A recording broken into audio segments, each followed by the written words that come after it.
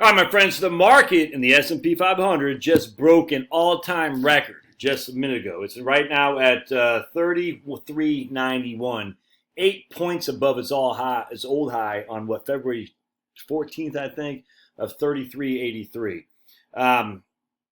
That concerns me some. I'll share with you why. Anyway, so it fell from 33.83 down to 21.91, and now it's back up to 33.91. So we take 33.91 minus 21.91. Wow, that's 1,200 points divided by 21.91. That's a 54% increase. So just goes to show a 35% decrease means it's up 55%, 54.7%. All right, so what does that tell me? If we look at stocks, the FANG stocks, so they still call the FANGs as Facebook, Apple, Alphabet, Netflix, Google, I think Microsoft, and Amazon. That's what Facebook, Apple, Amazon, Alphabet, Netflix? Yeah, it won't be Google anymore, right? Because Google is now Alphabet. And FAM? And Microsoft? Something like that. I don't know. But let's take a gander, shall we? I want to look at Amazon. And there's a method to my madness there. Amazon has a PE ratio of 127. That's nosebleeder. There's just no getting around that. That's nosebleeder. I know it used to be 1,000, 5 years ago, and it's steadily made money relative to the price, but it's still nosebleeder. Just how soon we forget what it was in the 1990s. The high 90s PE ratios were nosebleeder. Now Amazon well above that. APL. That's trading at 35.11 as a PE. That's not nosebleeder, but it's high. MSFT, that's 38.67. That's high. What was the other one? We talked about Apple. Oh, Googie. That's Alphabet. That's 34.01. Nosebleeder. That's not nosebleeder, but it's high. It's not nosebleeder, but it is high. So we got Netflix. Does Netflix even have any earnings? Netflix is at 83.28. So we got Amazon, Facebook. Facebook's the other one. Facebook is at 32. I'm surprised Facebook's only at 32. So they're all above in the 30s. Some are in the 80s, and then Amazon's above three figures. That's just not good. So what we want to do, because now we know that about 25% of the S&P 500 is represented by some mix of those stocks. In fact, we can go to Vanguard and look at this is as of June. I have the Vanguard S&P 500 index up here, and we'll see that the top 10 holdings: Apple, Microsoft, Amazon, Alphabet. I guess Netflix is not in there. Facebook. All right, so Apple, Microsoft, Amazon, Alphabet, Facebook. So Microsoft is excluded. Is in the top 5. The top 10 holdings represented 28% of the entirety of the S&P 500. That was in the end of July. So we're 2 weeks into August. It's only gotten worse. So the top 5 represent a pretty significant portion of a month with wait. Ooh, let's take a look at this. There we go. With waiting on. All right, yeah. So here we go. Got it right here. So we got. Where is it? I thought. All right, so we got that's 6. That's 12, 17, 20, 22. So 25% in the top 5. That's not good. All right. It's not good because it just simply means the momentum has taken off, and the momentum will take off, and then it always falls. It does. I don't know when, where, or how. I don't know, but you got to protect yourself. All right, so I'm going to show you this article right here. This is my man Mark Holbert. Big fan of Holbert. He does a Holbert newsletter, which I've been reading kind of off and on for a long time. This is dated 2019, December. He says there are 2 versions of the S&P 500. This is the better investor. And he's going to say the regular S&P 500, the market cap weighted, is the better investment. But I'm going to make an argument. That was just a weird noise. I thought I heard a weird noise, man. Do I got ghosts in the machine here? Ooh, ah, spirit. Wait. Something the material, ooh, spirit. Something the material world. You know what that song is? Oh, such a horrible, horrible album. Jeez, what happened to that? I'm just going to tell you, that old band, The Police. I wonder if I'll get trademarks. I'm singing a Police song. Anyway, the Police were freaking awesome back in the 70s. Just something happened in the late 70s to early 80s that just made bands go nuts and how bad they were. I just look like Van Halen. Oh, I mean, other than Hot for Teacher, that album 1984, I just want to jump off a bridge and dive headfirst after slicing my wrist into a pool of starving great white sharks, because that album, Horrible. Horrible. Oh, and Van Halen used to be so good. All right, forget that. I'm sure my old man. All right, so let's start. One weights companies by market value. The other treats them equally. Apple, the stock with the largest market cap within the S&P 500, is a better bet than the stock with the smallest. TripAdvisor. I don't know if that's still the case in the S&P 500. Frank, I don't care. But just how much better bet is it? With a market cap of over $1 trillion, and that was back then. That was back in December. Apple has torn it up. It's about almost $2 trillion now. Apple has 320 times more of the portfolio weighting in the S&P 500 than does TripAdvisor, whose market cap is 113. Let's just take a look at it. Out of no clue if TripAdvisor is still in the S&P 500. This is not, I just don't care, but I want to give you an idea. TripAdvisor has no PE ratio. It's at 20, right now about 22, and back then it was at, I don't know what it was at back then. But anyway, so 22, does it get market caps on here? You could look, they got the number, do they even have shares outstanding? No. They don't have the shares outstanding either. All right, but anyway, so we got TripAdvisor back in December had 320 weighted shares to Apple than to TripAdvisor. That makes sense. Many on Wall Street say Apple is not worth that much more, and then of course they would have been wrong over this last 6 months. After all, when picking stocks for your portfolio, you have an equal chance of picking TripAdvisor than Apple. Wouldn't the S&P 500 be greatly improved if it gave equal weight to all 500 stocks? That argument gained particular credence in the years immediately following the GFC, the global financial crisis, when the equal-weighted version of the S&P 500 significantly outperformed, the cap-weighted. In 6 of the 8 years from 2009 to 2016, the equal-weighted version came out on top. However, since 2016, the tables have turned. As you can see here, 2019 shaped up, and I imagine 2020 as well, where the S&P market-weighted version of the S&P 500 came out on top. So you can see in 2009, 2010, 2012, and 2013, actually in 2014, they equal-weighted, actually, and even 2016. So 1, 2, 3, 4, 5, 6.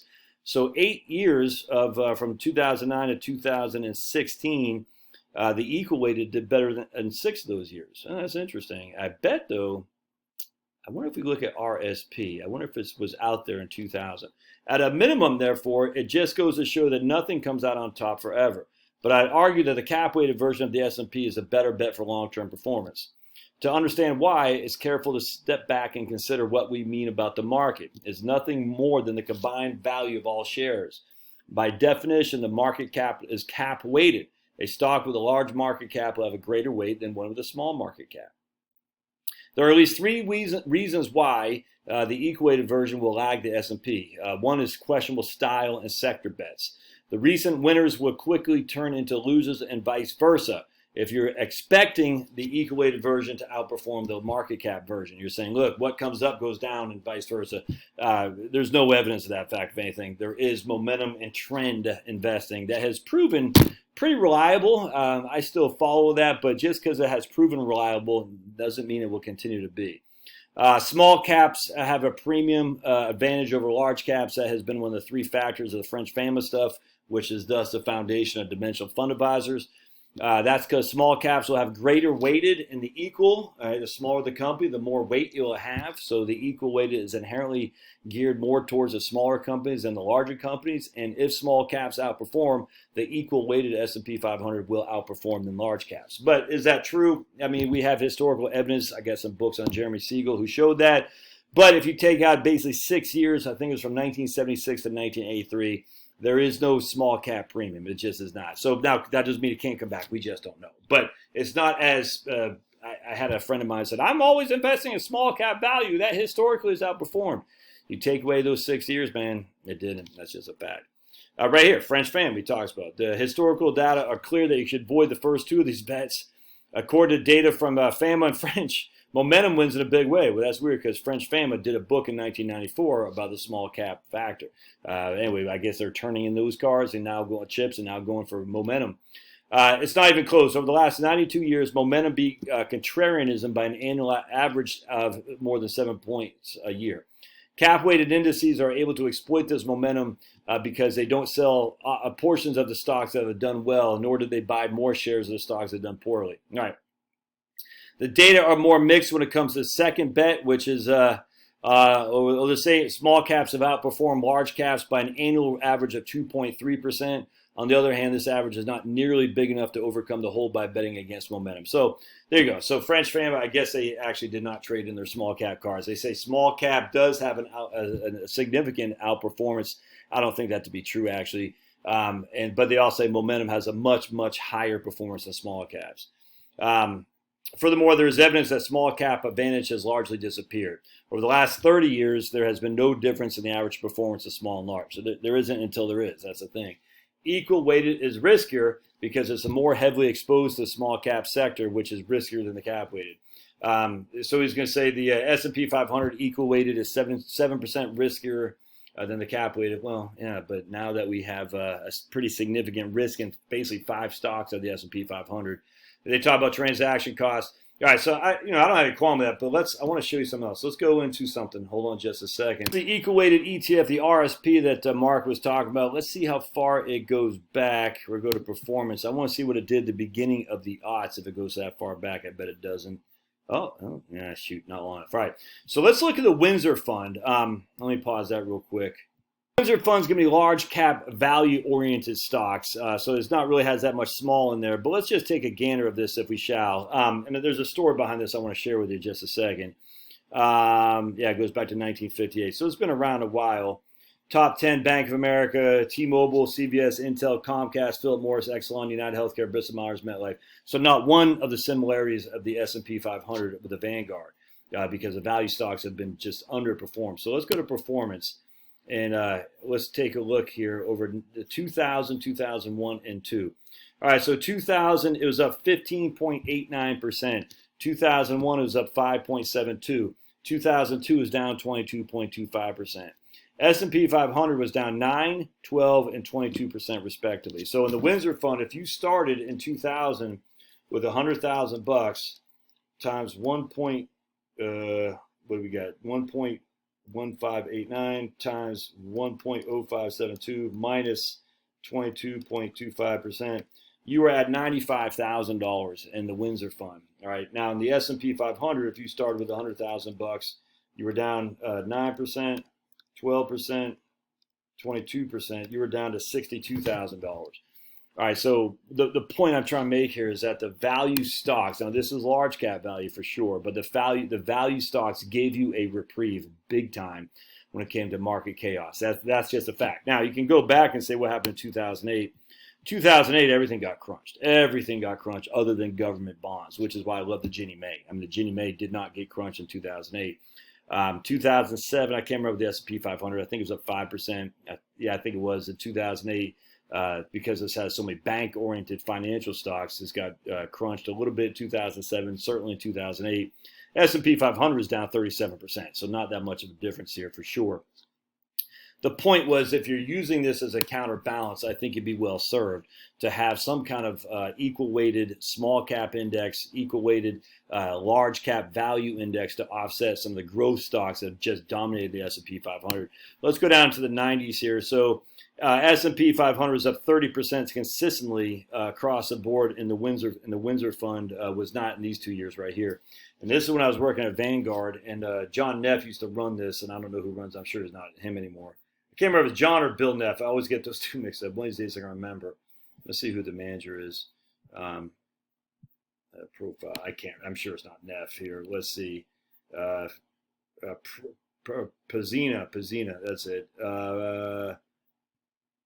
Let's see. We don't have to say Ness in here. But anyway, so all right. So let's go back here. So the Windsor Fund is a value. We can just see it right here. Large cap value. I wonder if they show the average market cap. Fund battery, large cap, average. I don't see that. But anyway, let's go to holdings. I'm looking to see the average. Yeah, average price earnings. Look at that. 11, very cheap. Price to book is low. You can see that. I just wish they'd show the average market cap. I'm sure it's on here someplace. I don't see it. I'm not going to waste you guys' time or waste my time. But I imagine it's predominantly large caps. Anyway, so let's go back to performance. And they wanted this guy's head, man. I'll tell you, not literally, but went right in these 2 years right here. I was working at Vanguard, and the Windsor Fund was getting knocked around. And I remember I was taking over 100 calls a day, mind you. And they wanted Neff to be fired, even though he had been running the fund. I mean, he just, look at this. He just ran it incredibly well, going back to, basically even into the 70s. I mean, he just did a great job, man. There's no other way around it. He did a wonderful job. And they wanted his head for these 2 years right here. And the people who got out of the Windsor Fund, they turned around and got smoked. So if you go to U.S. growth, hold on a second. So remember, the Windsor Fund was up 0.8 and 11% in 98. So here's a U.S. growth fund, which everybody and their mom wanted. I mean, I remember it was like it was yesterday, man. And we'll take a look at what it did in the late 90s. Up 22, 39, 25, 26, 38. So the Windsor Fund was up, what, 12, up less than 1. And then the U.S. Growth Fund proceeded to get smoked, negative 20, negative 31, negative 35. So $100,000 in the U.S. Growth was down 30. What did you say? 36. It was down to $35,000. You lost 65% right there. And literally, when are you going to come back to even? I don't know, if ever. And I know they fired the managers back here, but I mean, I'll never forget it. I mean, we just knew. He said, but I remember even people at Vanguard were sitting there saying, oh, you should buy U.S. growth. I remember it was yesterday. And you're saying that doesn't make sense, man. At some point, it's going to fall away, but the way it's going to fall away. So anyway, you just got to diversify your holdings. And so one of the ways to do it is like my fund, I got VTV. And again, this is not a sales pitch. I don't get paid for this. It's just what I own. But I own this as my primary fund holding right here. Let's look at what large, I guess there was an ETF. VWUVX, I think. Value, VW, Vanguard. Hold on a second. Let me find the fund ticker. Hold on a second. Let's stop that. Here's a value index right here. I have the ETF BTV. The ETF doesn't go back to the 2000s. So let's take a look at performance here. Actually, first, let's just look at the top holdings. Johnson & Johnson, Berkshire, JP Morgan, Procter & Gamble, United. I think Johnson & Johnson was in the S&P 500 as well. So you're going to have a little bit of redundancy, but not much. Anyway, you can see the top 10 right there. All right, so let's take a gander at what this did back in the latter part of 2000, of the 90s, and then into the aughts. So we go to 2000, you can see up 14, 12, 6, down 11, down 20. So again, the value stocks, I tell you, what did NAESX, what did that do? NAESX. That's a Vanguard small cap index. What did that do in the aughts? I forgot, man. Performance. So let's take a look. This will give us a window of potentially what the equal weighted S&P 500 might do, just because it has more small caps in there, more exposure. I just don't remember what this did. Yeah, so look at that. Yes, the small caps did not get crushed nearly to the extent that the large cap did. -2, up 3, -20. That's a big fat nothing burger. So that's a nice diversifying measure. I tell you, man. Look, I'm not going to own the equal weighted. I don't. I have total stock index, VTV, the Vanguard Dividend Growth Fund. Let's take a look at that. VDIGX. VDIGX. I just think you got to diversify some. I think you have way too much in one basket of money for sure. The S&P 500. Let's see what this guy did. Yeah, so here, it got crunched pretty good, the Dividend Growth Fund. So that was down 3. I own this. Up, down, down. So again, the same thing. We can look at $100,000. It was up 1.1877 minus 19 minus 23%. Yeah, so this was down in 2 years. Man, that got smoked. So this was down to 65,000 as well after the end of 2002. So this, according to 2008, got hammered, not quite as much, but like I said, everything got hammered. And look at that, lots of black since 2009, lots of black. So more of the story is that I think that at the end of the day, you're putting too much risk in the S&P 500. You got to have something to offset that, because you have 5 stocks that are driving that market. That's it, man. If you just look at your trusty cell phone and you look at the stock app, you can see the Amazon just freaking tearing it up, man. And I don't see how this is. It's up 3.96% today. How is that flipping sustainable? There you go. Look at that. That's from 20. I don't even know what that is. What's that? Friggin' 52-week low, 1626. It's up 100% over the course of 52 weeks, man. No, it's up 100% over the course since February. It's doubled since more than doubled since February. You can't. That's not. That is a no-go. Amazon has doubled since February.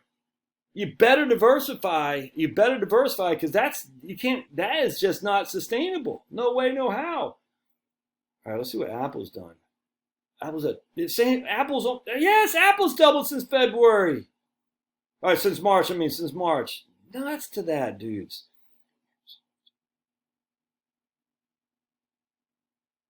Microsoft. Not quite. Pretty doggone close. 132 to 220. Not quite, but pretty close. Let's look at old Goog. Goo.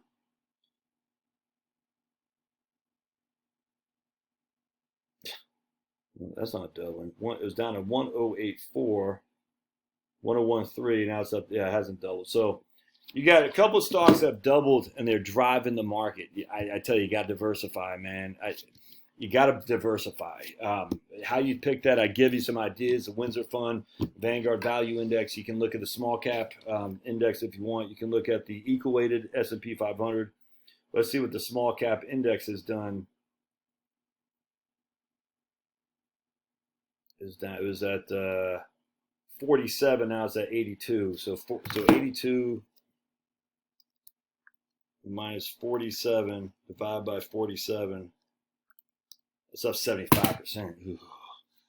But it's got a PE ratio of 3 point. That can't be right. 3.48. No. Yeah, that doesn't make sense to me. Let's look at Market Watch. Hold on. Here's the.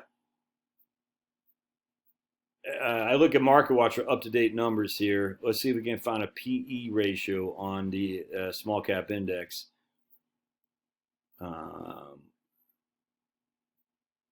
Yeah, I'm seeing a PE. I feel something. Wait, how's it? I feel something. I'm thinking an old 80s song in my head, but I can't remember what it's called. Something that you. Nah. Let's see. Do we got a PE ratio on this puppy? Pool Corp. That's funny. But that stock's tearing it up.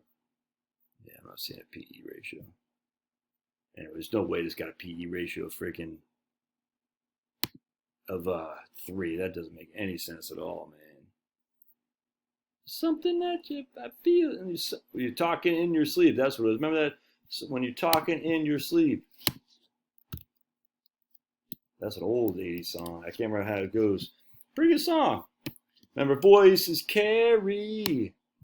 Oh, hush now. Ba-ba-ba-ba. Voices carry. There's a band called Gangrene from Boston, a drinking band that was freaking awesome. They did that version of Voices Carry. Why can't this guy just give me the freaking quote for NAESX? If you ever like punk rock and Boston punk rock from the old days, dude, I did mean NAESX. Literally, that's what I meant. All right, well, whatever. I don't know what's going on here, but oh, hush, hold it down now. Voices carry. Listen, you should. I can't play that on here, or else I get demonetized. So don't do that. But you should find that Gangrene. Oh man! And then there's a band I'm thinking about called Verbal Assault. They were a real punk, and they kind of went crossover. 2 cases of Budweiser sitting at the table, a handful of people ready to drink. Oh man, that was just fun, rocking music, everybody. All right, so we're going small cap, small.